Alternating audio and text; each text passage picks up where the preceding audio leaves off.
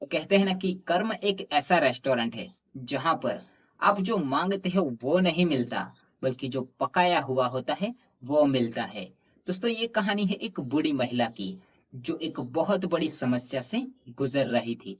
दरअसल समस्या ये थी कि उसका जो बेटा था वो कहीं खो गया था और वो मिल नहीं रहा था।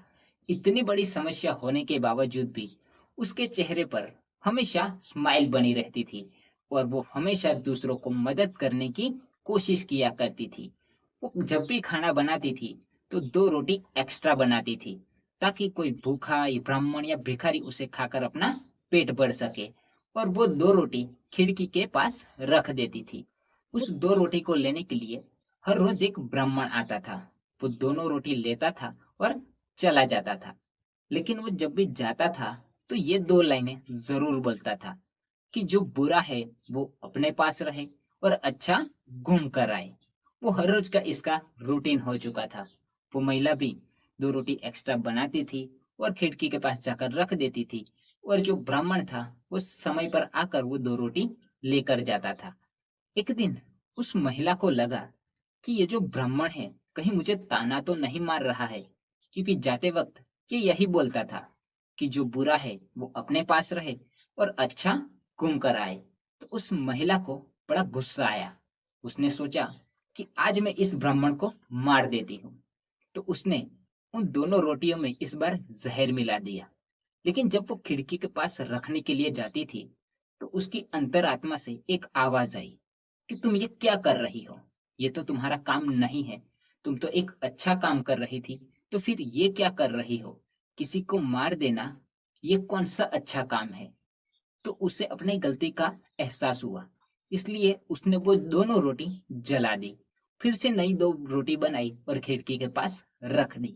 वो ब्राह्मण फिर से वही समय पर आया और 2 रोटी लेकर चला गया। जो महिला थी, वो हर रोज भगवान से प्रार्थना करती थी कि कब मेरा बेटा घर वापस आए। और उस दिन भगवान ने उसकी बात सुन ली। फाइनली उसका जो बेटा था, वो घर आ गया। उसने दरवाजा खटखटाया। जब उस महिला ने दरवाजा खोला तो उसका बेटा खड़ा था। वो खुशी के मारे पागल हो गई। वो बहुत खुश थी। आते ही अपने बेटे से कहने लगी कि तुम कहाँ थे अब तक और तुम्हें क्या कर रहे थे? तो वो जो बेटा था वो कहने लगा कि मैं कहीं खो गया था और कहाँ पर था मुझे नहीं पता। मैं बड़ी दूर से आया हूँ और कुछ ही दिनों से मैंने कुछ खाया नहीं था। तो रास्ते में आते वक्त मैं बेहोश हो गया। तो भला हो उस ब्राह्मण का जिसने मुझे पानी पिलाया और 2 रोटी भी खिलाई। तो वो बूढ़ी महिला को लगा कहीं ये वो ब्राह्मण की तो बात नहीं कर रहा है। तो वो बूढ़ी महिला अपने बेटे से पूछती है कि वो ब्राह्मण दिखने में कैसा था? तो वो बेटा कहता है कि ब्राह्मण तो ब्राह्मण जैसा ही था, लेकिन वो ये 2 लाइनें ज़रूर बोलता था कि जो बुरा है वो अपने पास रहे और अच्छा घूम कर आए। तो उस महिला को लगा ये तो वही ब्राह्मण है जो मेरे यहाँ से 2 रोटी लेकर जाता है। आज मैं कितनी बड़ी गलती कर देती। अगर उस जहर वाली रोटी उसे दे देती, तो आज वो रोटी मेरा बेटा खाने वाला था और वो रोटी खाकर शायद वो मर जाता और मैं अपने बेटे को हमेशा के लिए खो देती। कभी भी उसे नहीं मिल पाती। उसे एहसास हुआ कि कितनी बड़ी गलती कर रही थी। दोस्तों, इस छोटी सी कहानी का सार यही है कि जो कर्म है वो घूमकर जरूर आता है। इसलिए अपने कर्मों पर ध्यान देना बहुत जरूरी है, क्योंकि आज नहीं तो कल ये घूमकर जरूर आता है। तो दोस्तों, आई होप कि इस छोटी सी कहानी से आपको कुछ तो वैल्यू मिली होगी।